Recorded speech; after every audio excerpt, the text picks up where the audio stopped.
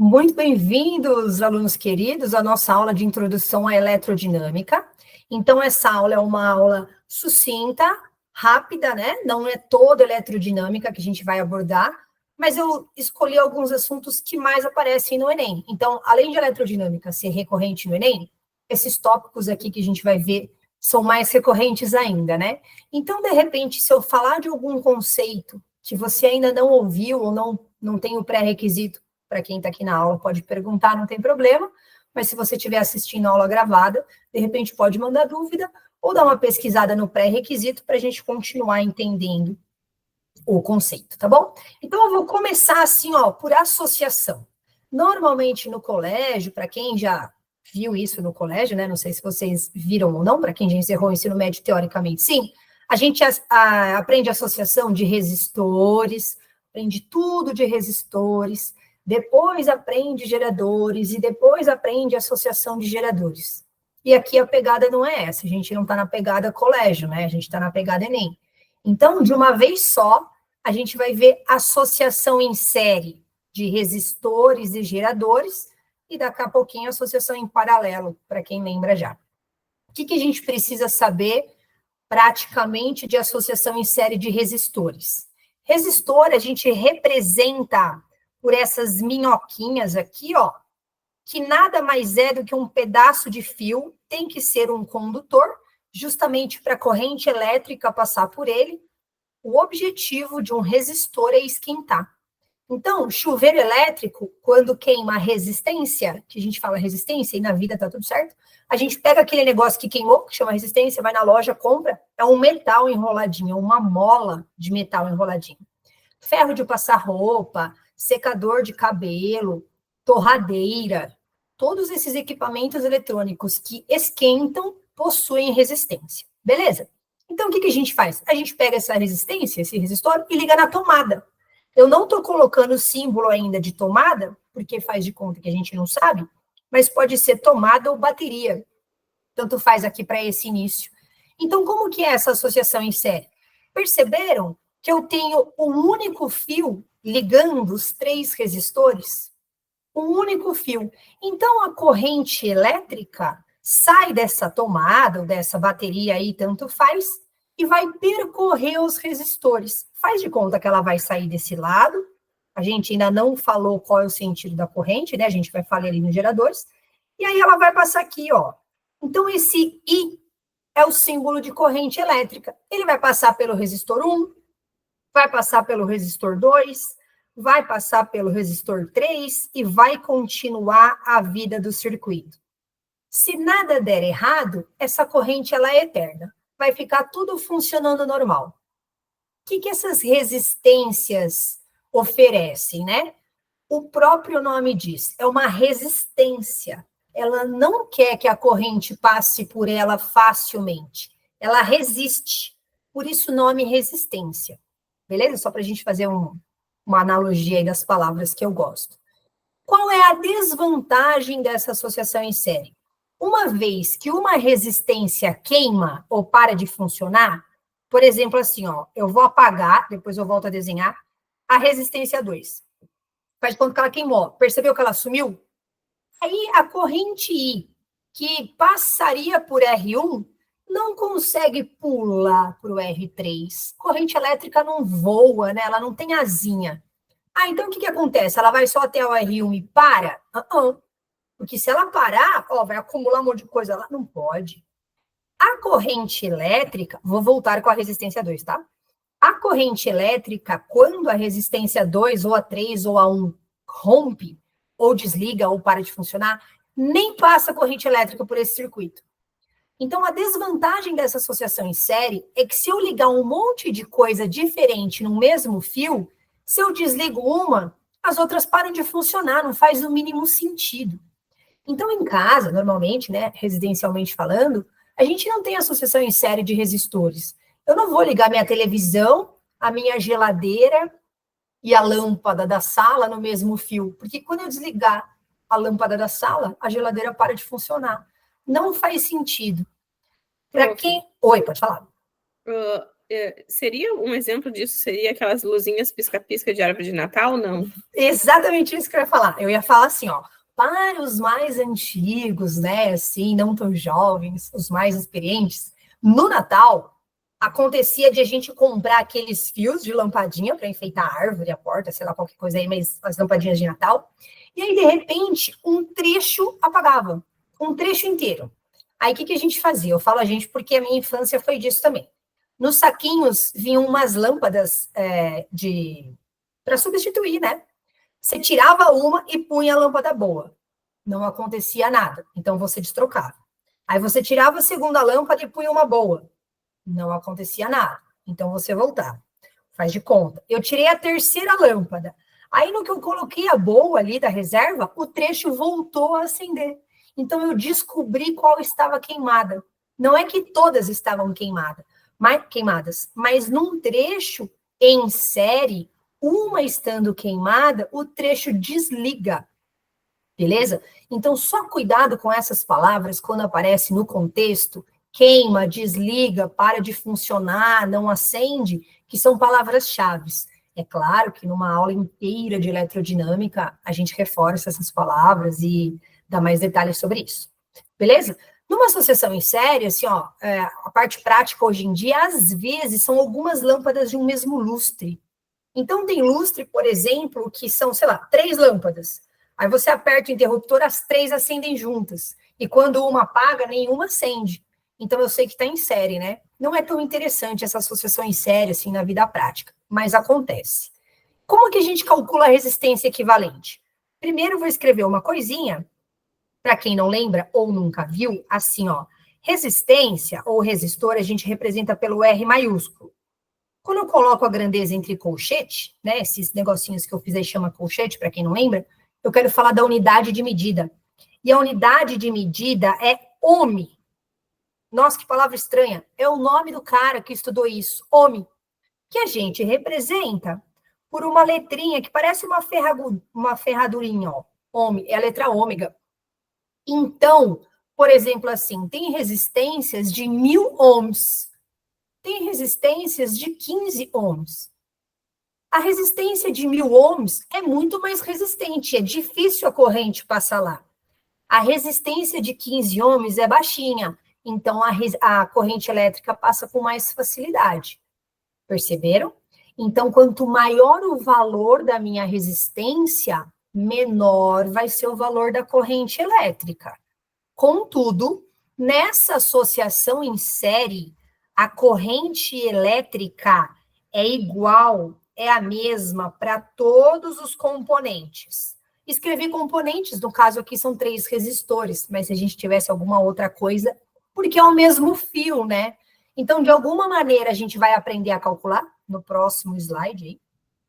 Aí, no que eu calculo, a corrente I é a mesma para todo mundo. Como que eu meço corrente? Eu vou falar daqui a pouquinho, mas só para quem quiser anotar, são os amperes.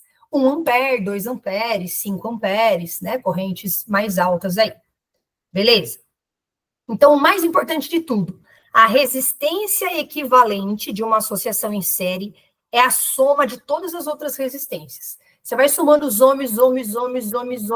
Todos os ohms vai me dar resistência equivalente.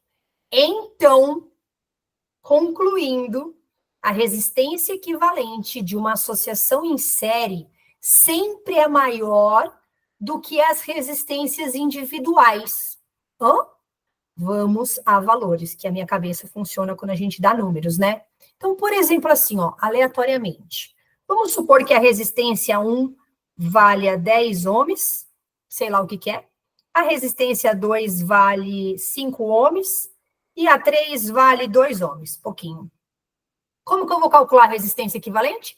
10 mais 5 mais 2. Então, eu tenho 17 ohms nesse meu circuito. Aí eu vou ter que ter a DDP da tomada que eu tô, aí eu consigo calcular a corrente. Beleza? Continuando em associação em série, só que de geradores agora. Para quem já viu geradores, normalmente a gente trabalha com pilha ou bateria aqui na física, que fica mais legal. E eu, já peço desculpa dos meus desenhos, sempre assim, porque eu não sei desenhar, tentei ilustrar uma pilha. Quando a gente pega uma pilha, que eu não tenho aqui em mãos agora, mas sempre tem aquele ladozinho positivo, e vem escrito assim, um mais, né, de positivo, que tem até uma protuberância, e do outro lado, o menos. São os polos da pilha, positivo e negativo. E fisicamente, ali dentro da pilha, é isso mesmo, ó. A gente vai representar o tracinho maior como polo positivo e o tracinho menor como polo negativo. A gente faz isso na vida, na física também, tá bom? Então, para quem já viu isso e de repente não conseguia associar, é por causa disso. Aí, o que é aquele desenhinho ali do lado? Aqui é a resistência interna, eu vou chamar de Rzinho. Pode chamar de Rzão, não tem problema. Normalmente, a gente põe um R minusculinho. Por quê? A pilha na nossa vida, ela não é ideal, né? Ela é real. No momento que você põe a pilha para fazer funcionar, por exemplo, o seu controle remoto, que hoje em dia a gente usa a pilha mais em controle remoto, ela esquenta de levinho, ela sofre um efeito Joule, que a gente não precisa entrar em detalhes agora. E esse efeito Joule é causado justamente por essa resistência interna. Então, no que a corrente passa pelo circuito inteiro, né? Olha lá, a corrente passa dentro da bateria de novo, ela passa dentro da pilha de novo. Aí, como os elétrons, né, se encontram, tem choques e tal, ela esquenta. Então, num gerador real, essa resistência interna, ela faz perder um pouquinho da capacidade ideal desse gerador. Tem um monte de exercício aí que é gerador ideal, que é lindo e maravilhoso, fica mais fácil de a gente entender, mas às vezes aparece o real. Então, a gente tem que saber. E aí, como que a gente associa essa pilhazona aí que eu desenhei? A gente tem que saber o que é o tal polo casado, ó, os polos casados da pilha. E o que são os polos casados? Olha aqui, ó. Eu não tenho um polo positivo e um negativo? É a primeira pilha. Eu vou colocar a outra pilha casando o polo. Então, não é o negativo que está aqui? Então, eu vou pôr o positivo da outra. Aí ficou negativo. Aí eu vou pegar outra pilha e vou encaixar o positivo e o negativo. Nos controles remotos tem o desenho para a população saber quando coloca. Porque se você coloca a pilha ao contrário, simplesmente o seu controle remoto não vai funcionar. Não é que vai explodir, nossa, nada disso. Se for duas pilhas e uma você coloca ao contrário, não tem energia suficiente para fazer acontecer no nosso circuito, né? Então ele não funciona. E a gente vai ver isso num exercício que o Enem gosta. Então, aqui nesse exemplo de associação em série de geradores, eu peguei 3 pilhas. Ó, uma pilha com os polos e a resistência interna, outra pilha com os polos e a resistência interna, e a outra pilha aqui. Então, se eu tivesse que calcular a resistência equivalente, eu ia somar a resistência dessas pilhas mais a resistência do próprio circuito, que no caso eu quis desenhar uma lâmpada. Então, aqui eu simulei uma lanterna. A gente põe 3 pilhas e acende a lâmpada da lanterna, que tem uma resistência lá dentro. Então, a resistência equivalente do circuito ia ser somar todos os ohms que estão envolvidos aí. E a tal da força eletromotriz? Nossa Senhora, o que é esse nome? Ó, força eletromotriz, que a gente chama de FEM, nada mais é do que aquilo que a gente lê na pilha. E normalmente, bem normalmente, as nossas pilhas daqui é de 1,5 volt. Então, olha só, essa primeira pilha vai fornecer 1,5 volt, a outra também, porque a gente vai associar sempre pilhas iguais, ou são as AA, ou as AAA, não é assim que a gente compra pilha? Você nunca coloca uma pilha grande com uma pilha média no mesmo circuito, a gente não faz isso na vida, e nem vamos fazer isso aqui na física, ainda bem. Então, a gente chama de força eletromotriz, mas é essa voltagem que a gente lê. Então, num circuito em série de pilhas e baterias, a força eletromotriz total é a soma de todas elas.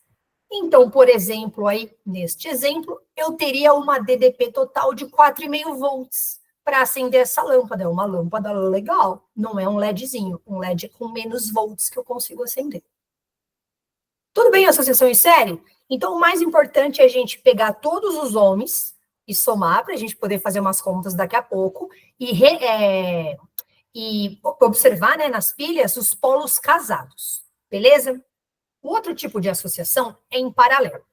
Como que é a associação em paralelo de resistores? Aí todo mundo tem em casa. Dependendo de onde você mora, da região que você mora, Algumas pessoas chamam de Benjamin, outras pessoas chamam de T, né? Porque parece um T. Ou, hoje em dia, mais modernamente, é aquela régua com um monte de tomada que a gente tem, a gente põe lá embaixo da televisão, porque tem a televisão, o roteador, a internet, as coisas a cabo, e a gente põe carregador de celular. Ou a gente põe um Benjamin mesmo. Para quem não sabe o que é Benjamin chama de T, é a mesma coisa. Tudo depende de onde a gente está no país, tá bom? Então, o que acontece? Muito facilmente, você está ligando tudo na mesma tomada. Olha a minha tomada aqui, então. Ah, que legal. Olha o polo positivo da tomada e o negativo, que a gente acabou de ver. Então, se você vai colocar tudo na mesma tomada, a DDP é igual para todo mundo. Se aí onde você mora a tomada é de 220 volts, no que você coloca um Benjamin, tudo vai estar ligado a 220 volts e vai funcionar tudo bem. Se você mora em lugar de 110 volts, né, que é a parede, a rede elétrica é de 110 volts, você põe um Benjamin ou um T na parede, você vai ligar tudo em 110 volts. E se você tirar o seu carregador de celular, não tem problema, a televisão continua ligada. É por isso que a corrente, ela é independente em cada trecho, ó. Então, a corrente sempre sai do polo positivo da pilha, da bateria, da tomada, tá? Isso é convenção, é uma regrinha para a gente observar o caminho da corrente. Então, aí no nosso desenho, por exemplo, aqui vai sair uma corrente, que eu vou chamar de I. Ela encontrou aqui, ó, uma bifurcação. Então, ela poderia vir aqui e poderia seguir reto. Outra bifurcação, ela poderia vir aqui e aqui ela só vai fazer uma curva. Essa curvinha não é um nó que a gente chama, é só uma curvinha, beleza? Então, eu vou chamar esse trecho aqui de I1, porque ela está passando no resistor 1. Esse daqui eu vou chamar de I2, e esse daqui eu vou chamar de I3, porque cada resistor vai receber uma quantidade de corrente, não necessariamente a mesma, porque é independente, tem um fio para cada um. Então, aqui na sucessão em paralelo, se eu desligar ou se o R1 queimar, o R2 e o R3 continuam a vida deles normal. Beleza? Eles continuam funcionando. E para a gente calcular a resistência equivalente, aí é uma formulazinha meio estranha, né? Ó, 1 sobre a resistência equivalente vai ser 1 sobre R1, mais 1 sobre R2, mais 1 sobre R3, e aí a gente tira um denominador, um MMC, e faz aquelas coisas da matemática. Tem casos especiais, que eu não vou falar agora, mas numa super aula é claro que a gente fala e conta segredos e tem truques para a gente calcular casos especiais de uma maneira mais rápida.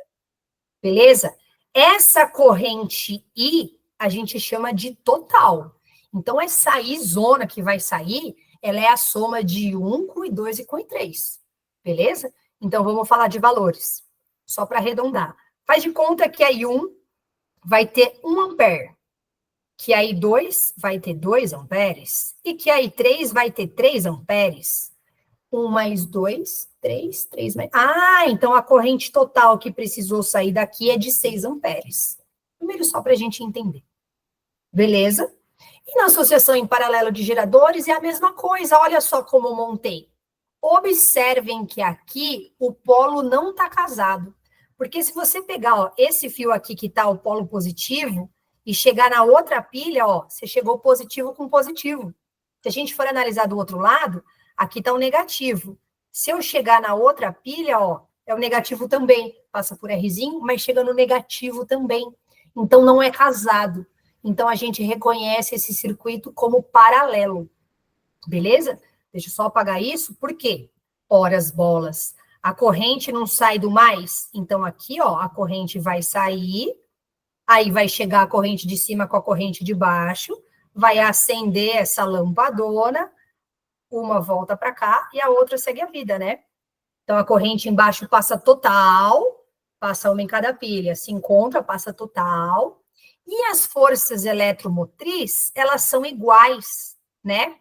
Por isso que a DDP na pilha é a própria força eletromotriz. Então, se aqui eu tiver uma pilha de 1,5 volt, aqui, obviamente, é uma pilha de 1,5 volt também, nessa lâmpada é 1,5 volt só que está fornecendo. Elas não estão se somando.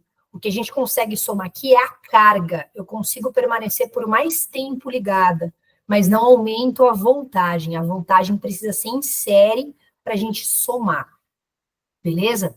Então, lá, ó, os polos iguais estão ligados. É assim que a gente reconhece. E o cálculo de resistência é como se fosse um circuito de resistor. 1 sobre resistência equivalente vai ser 1 sobre cada resistência. Nunca esquecendo que, às vezes, a gente tem a resistência interna, às vezes não, mas sempre a gente vai ter que ligar alguma coisa, né? Então, sempre eu tenho uma resistência no circuito aí. Beleza? E aí, o que acontece? A gente vai calcular, peraí, deixa eu ver só um negócio. É isso aí. A gente vai calcular aqui a energia, que é o que realmente aparece no Enem, né? Quanto tempo o chuveiro ficou ligado, os minutos por mês, a conta de energia, quanto economizou, né? Então, olha só, a fórmula que você tem que saber para o Enem. Ai, mas é que eu não sei física, Que dica que você dá de física? Essa fórmula. Essa fórmula você tem que ir para o Enem sabendo, senão vai ficar muito mais complicado. O que diz essa fórmula? A energia é igual a potência vezes o tempo. Se você agora, que acabar a nossa aula, olhar a potência dos seus aparelhos elétricos, eletrônicos que tem na sua casa, chuveiro elétrico, se for o caso, air fryer, secador de cabelo, televisão, lâmpadas, tem um abajur aí com uma lâmpada, tira a lâmpada e olha lá nos valores nominais que a gente fala na etiqueta dela. Qual é a potência? Muito provavelmente a sua potência vai estar em watts. Só o watt, só o W. Só que na conta de energia, a gente sempre paga quilowatt-hora. Por isso que você tem que ter muito fácil isso daqui, ó. Você sabe que em 1000 watts, eu tenho 1 quilowatt. É a mesma coisa do quilômetro, quilograma, quilowatt. O quilo, né? Que vale 1000 em matemática e a gente acaba usando aqui.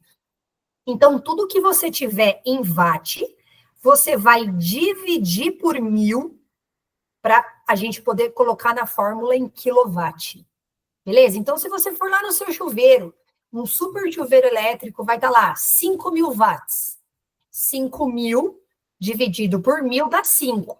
Então, ali na fórmula, na potência, você vai colocar só o número 5, de 5 quilowatts. E o tempo, como a gente paga uma conta mensal, é óbvio que vai vir em hora, não vai vir em segundos. A gente aprende tanta coisa em física que a gente calcula em segundos, que a gente quer sempre colocar segundos. E aqui não é o caso. Aqui é em hora, porque senão ia vir um número absurdamente grande, né? Quantos segundos a geladeira da sua casa fica ligada em um mês? Cara, a geladeira fica ligada todo dia, toda hora, o dia inteiro, 24 horas. Quantos segundos dá nisso? Por isso que a gente calcula em horas. Tudo bem? Aí eu coloquei só um relembre aqui embaixo, ó. 1 hora tem 60 minutos. Caso o seu problema de que o chuveiro ficou ligado 15 minutos por dia, né? Ou 1 hora tem 3.600 segundos. Cuidado, que quando a gente está meio assim nervoso, meio assim ansioso com a nossa prova, dá uma vontade de falar que 1 hora tem 120 segundos, porque você pensa rapidinho que são 60 minutos, que cada minuto é 60 segundos, aí os 60 e os 60 soma 120. Na confusão, no nervosismo, a gente comete esses erros básicos. Cuidado com isso. Beleza? Normal a gente ficar nervoso e dar branco, a gente ficar nervoso e errar tabuada. É normal isso, não se sinta menos que o seu concorrente. Todo mundo passa por isso, mas só cuidado. Beleza? Então, o último cuidado é assim, né? Porque a conta mensal, a gente sempre vai considerar o mês de 30 dias. Não tem pegadinha no Enem. Ah, e se for fevereiro de um ano bissexto? Não, não é assim a pegadinha também. Mas ele sempre vai considerar um mês 30 dias. Então, se ele falar para você que o chuveiro fica ligado 15 minutos por dia no mês, quanto vai dar? Tem algumas opções. Você pega esses 15 minutos e já transforma por hora, e depois multiplica por 30, ou pega esses 15 minutos, vezes os 30 dias, e depois divide por 60 aí para ver as horas, tá bom? Mas sempre ali na fórmula a gente enfia as horas. Tá? Isso é o cálculo de energia. Como que a gente calcula o preço? O preço não tem fórmula, o preço sempre vai ser uma regra de 3. Então, normalmente, ele vai te dar o valor do quilowatt-hora. Quilowatt-hora, percebeu como eu li? Quilowatt-hora. Eu não li quilowatt por hora. Cuidado só com esse errinho, né? Faz parte aí. Porque como está multiplicando as grandezas, a gente não lê o por. O por é quando está dividindo, né? Fica aí a curiosidade. Então, normalmente, o exercício vai te dar o valor do quilowatt-hora, e isso pode ser um valor surreal, pode ser uma questão muito antiga ou um valor bem mais atualizado. Isso depende de região para região, depende da bandeira vermelha, branca, verde, de onde você mora, se a Itaipu está funcionando ou não. Tudo depende. Então, eu chutei aqui, né, por exemplo, que ele vai dar que o quilowatt-hora, ó, fiz questão de escrever por extenso, porque eu fico falando e às vezes tem gente que gosta de ler, 1 kWh esteja custando 80 centavos de real. Aí você calculou a sua energia e faz de conta que a gente fez um cálculo bem redondinho e deu 200 quilowatts no mês. 200 kWh no mês. Quanto que vai custar essa conta? E aí, então, vem a regrinha de 3, né?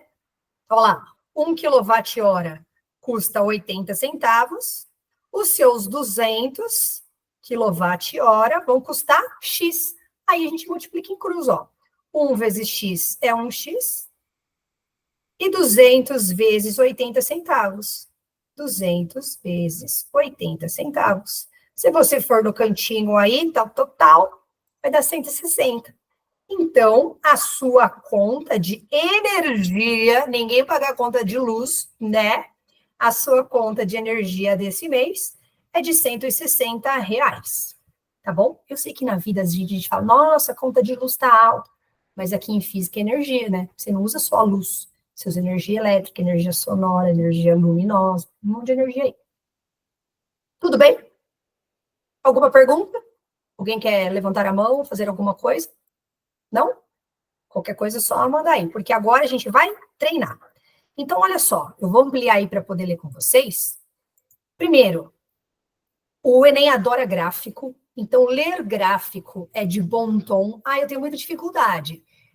Tem gráficos bastante difíceis de serem interpretados, eu concordo e eu confesso. E quando acontece isso, a dica da professora do Enem é pula.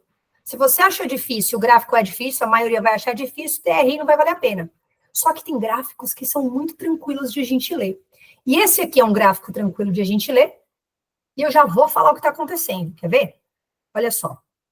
Dispositivos eletrônicos que utilizam materiais de baixo custo, como polímeros semicondutores, têm sido desenvolvidos para monitorar a concentração de amônia, gás tóxico e incolor, em granjas avícolas.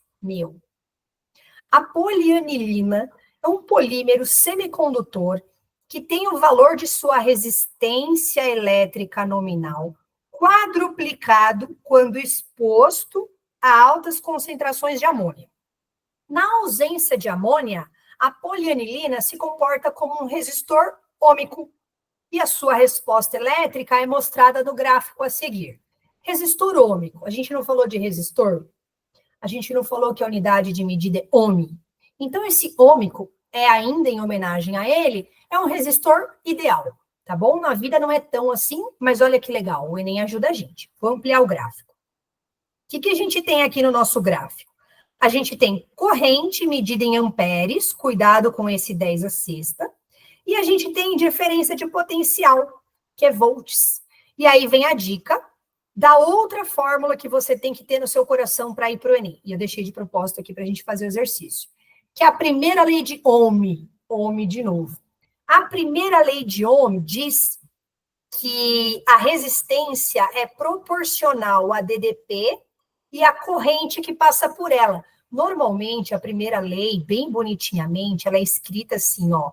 A resistência é proporcional a DDP e a corrente. Mas a nossa cabeça prefere multiplicação, por isso que a gente brinca que a primeira lei é a lei do Uri, né? O que é o U? O U são os volts, é a DDP, ó. Isso daqui eu meço em volts. E o R? O R é a resistência ôhmica, que eu meço em ohms. E o I? O I é a corrente elétrica que a gente mede em amperes. Se ele me deu no eixo corrente e DDP, é óbvio que eu consigo achar a resistência de qualquer ponto. E os pontos são muito bonitinhos, ó. Todos os pontos estão em lugares muito legais de a gente ler. É só escolher um, só escolher um. Eu vou escolher bem o do meio. Se você quis escolher outro, não tem problema. É para ser igual, tá bom? Eu vou escolher esse aqui, ó. Então, eu vou usar esse valor de 2 volts e vou usar esse valor de 4 vezes 10 a menos 6. Beleza? Porque qual é a pergunta dele? Olha lá. O valor da resistência elétrica na presença de amônia. Cuidado com a pegadinha do enunciado. Vamos fazer, então, essa continha tranquila. Olha lá. Deixa eu só diminuir aqui para escrever. O U é em volts. Então, lendo aqui no gráfico, 2 volts. A resistência é o que eu quero saber. E a corrente, só cuidado, ó, é 4, mas tem uma unidadezinha lá, né? No eixo. Tipo uma pegadinha. Vezes 10 a menos 6. Isolando a resistência, eu tenho 2, 4, 10 a menos 6. Para quem lembra aí de matemática, número com número, 2 dividido por 4 dá meio, beleza? Se eu tenho uma potência embaixo, no denominador, eu posso subir e mudo o sinal do expoente. 10 a sexta. Isso é uma propriedade da matemática. Na aula de matemática básica, a gente dá uma conversadinha sobre isso. Mas para quem lembra, já tranquilo. E aí a gente vai para as alternativas. Calma. Cuidado que tá tudo em notação científica. Então, meio não tá legal. Eu preciso escrever em notação, né? Eu preciso fazer esse número virar 5. Então, vamos lá. Ó. Eu vou andar com a casinha, a vírgula para lá, não vou? Vai sair do 0,5. Então, eu vou aumentar esse número. Se eu vou aumentar o número da frente, é porque eu tenho que diminuir uma unidade lá no expoente do 10. Então, a minha resistência fica 5 vezes 10 a quinta ohms. Olha lá, tem essa alternativa, né? Olha só aqui, ó. Ah, que beleza, acabou fácil. Não, tem uma pegadinha. Por quê? Ele deu o gráfico sem a amônia, ó. Na ausência da amônia, o gráfico é assim. Ele falou que na presença de amônia é quadruplicado. E ele pergunta na presença de amônia. O Enem, né? Cheio de detalhes. Então, eu vou ter que multiplicar isso por 4. 5 vezes 4 é 20. 20 vezes 10 a quinta. Tem? Não tem, ó, porque tá em notação científica. Então, agora eu vou fazer o contrário, né? Eu vou andar com a virgulinha para cá. Então, esse 20 vai virar 2,0. Se eu diminuir o número, eu aumento o expoente. Vezes 10 a sexta. Ou se você tivesse pegado o meio e multiplicado por 4, ia dar 2 vezes 10 a sexta do mesmo jeito. Beleza? E aí, finalmente, a gente chega na alternativa aí. 2 vezes 10 a sexta. Não sei se vocês estão bem, não, dá para ver agora. Tudo bem? Então, fica a dica. Eletrodinâmica, primeira lei de Ohm. Você entendeu o que é DDP, resistência e corrente elétrica? Essa é uma questão fácil. Tinha a pegadinha do vezes 4, mas você entender esse gráfico era para ser fácil. Beleza? Mais uma. Olha lá. Uma lanterna funciona com 3 pilhas de resistência interna igual a meio ohm cada, ligadas em série. Olha lá, legal. Quando posicionadas corretamente, devem acender a lâmpada incandescente, de especificações 4,5 watts e 4,5 volts. Cada pilha na posição correta gera uma força eletromotriz de 1,5 volt. Nossa, quanto dado. A gente vai desenhar. Uma pessoa, ao trocar as pilhas da lanterna, comete o equívoco de inverter a posição de uma das pilhas. Considere que as pilhas mantêm o contato independentemente da posição. Com esse equívoco, qual é a intensidade da corrente que passa pela lâmpada ao se ligar à lanterna? Aí vem assim, ó, é muito dado, muito numerinho, muita informação, é melhor a gente desenhar. Então, eu vou desenhar 3 pilhas com resistência interna em série. Aqui, ó. Vou desenhar uma pilha, polo maior, polo menor, resistência interna. Ligada. Polo maior, polo menor, resistência interna. Polo maior, polo menor, resistência interna. E eu vou desenhar a lâmpada. Normalmente, a gente pode usar ou uma resistência mesmo, ou um X com bolinha para identificar que não é só uma resistência, mas é uma lâmpada que vai acender. O desenho tanto faz. Ninguém vai ficar corrigindo o seu desenho no Enem, né? É uma prova teste. Mas vamos lá, ó, só para colocar aqui mais e menos, ficar bonito, porque aqui a gente tem tempo. Vou colocar os dados. Cada resistência interna, ele falou que vale meio ohm, né? Então, olha eu aqui, ó. Meio ohm e meio ohm. Beleza.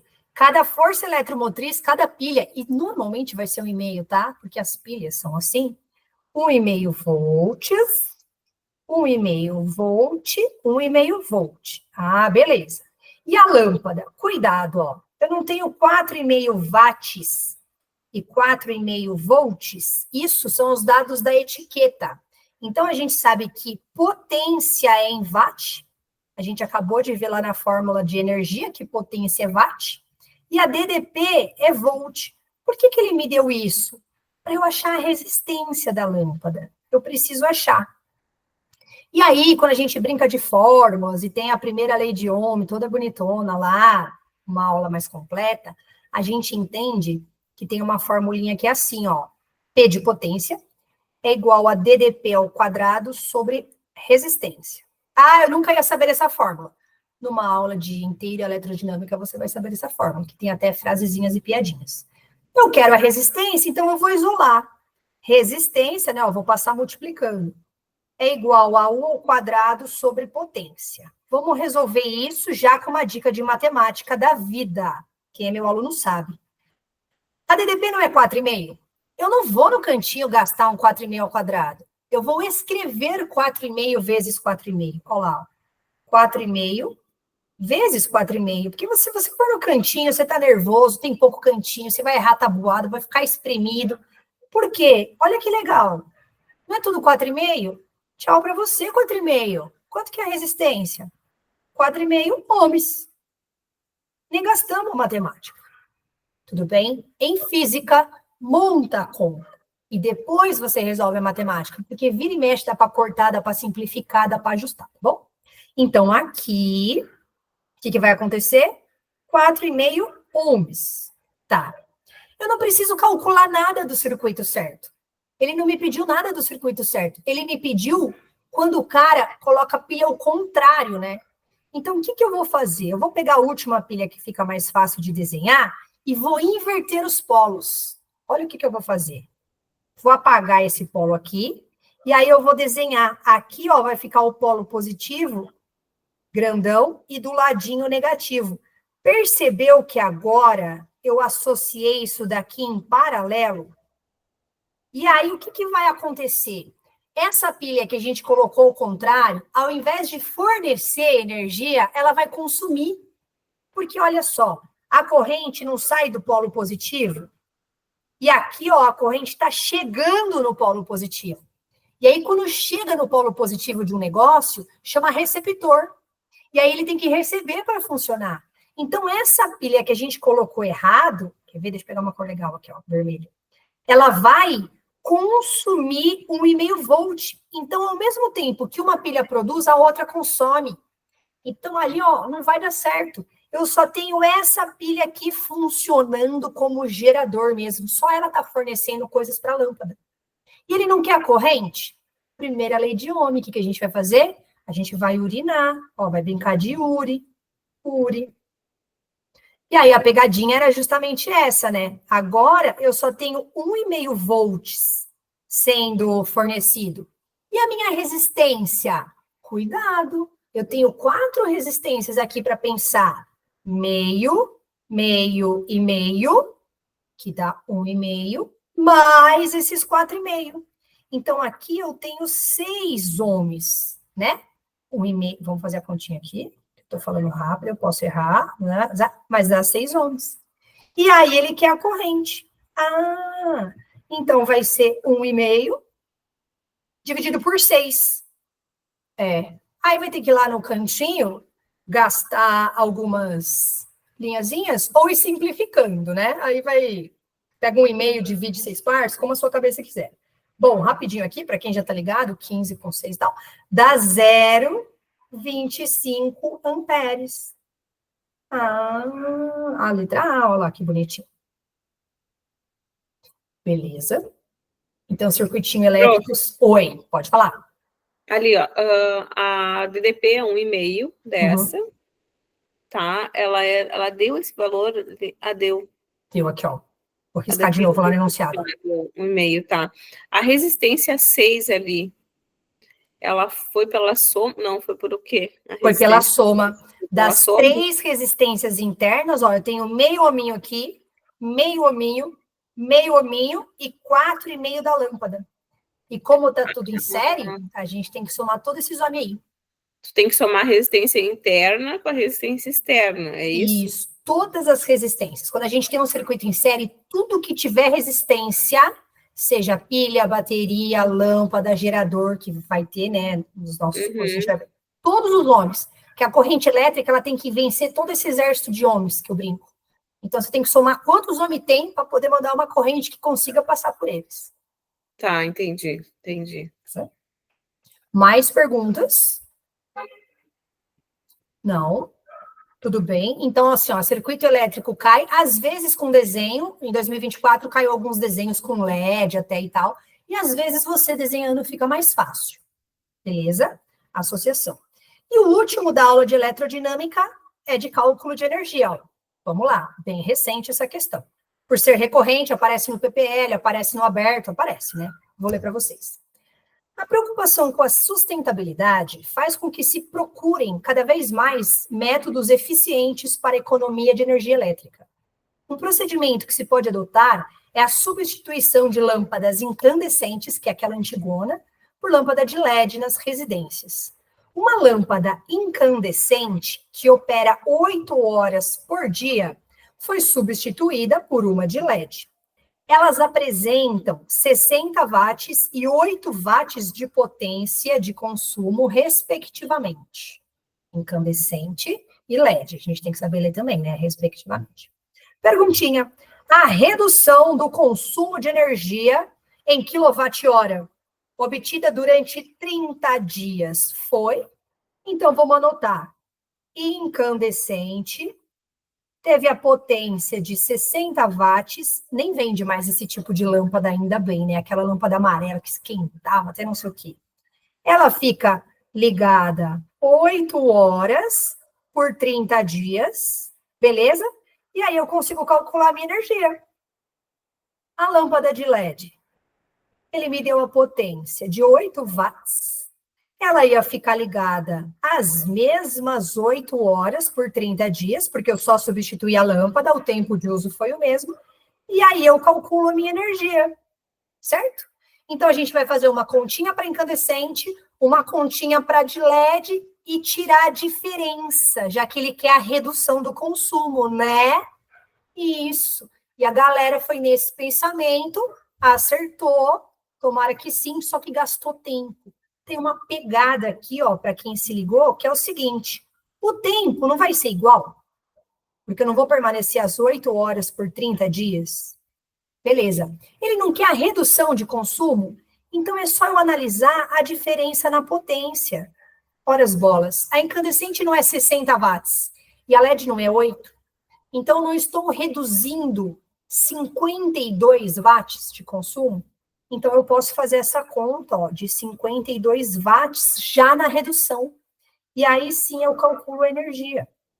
Como que era a formulinha mesmo? Energia é potência vezes tempo. Ah, beleza. A energia eu quero saber. A potência eu vou usar 52. O tempo, 8 vezes 30. Cuidado que eu estou usando a potência em watts, beleza? O meu tempo está em horas. Por quê? Eu vou fazer essa conta aqui, se a gente fosse no cantinho, é claro, aqui eu só vou dar uma acelerada na calculadora. Olha lá, 52 vezes 8 vezes 30. Dá 12.480 watt-hora. É claro que olhando nas alternativas, por mais que esteja diferente, assim, a gente já ia assinalar, né?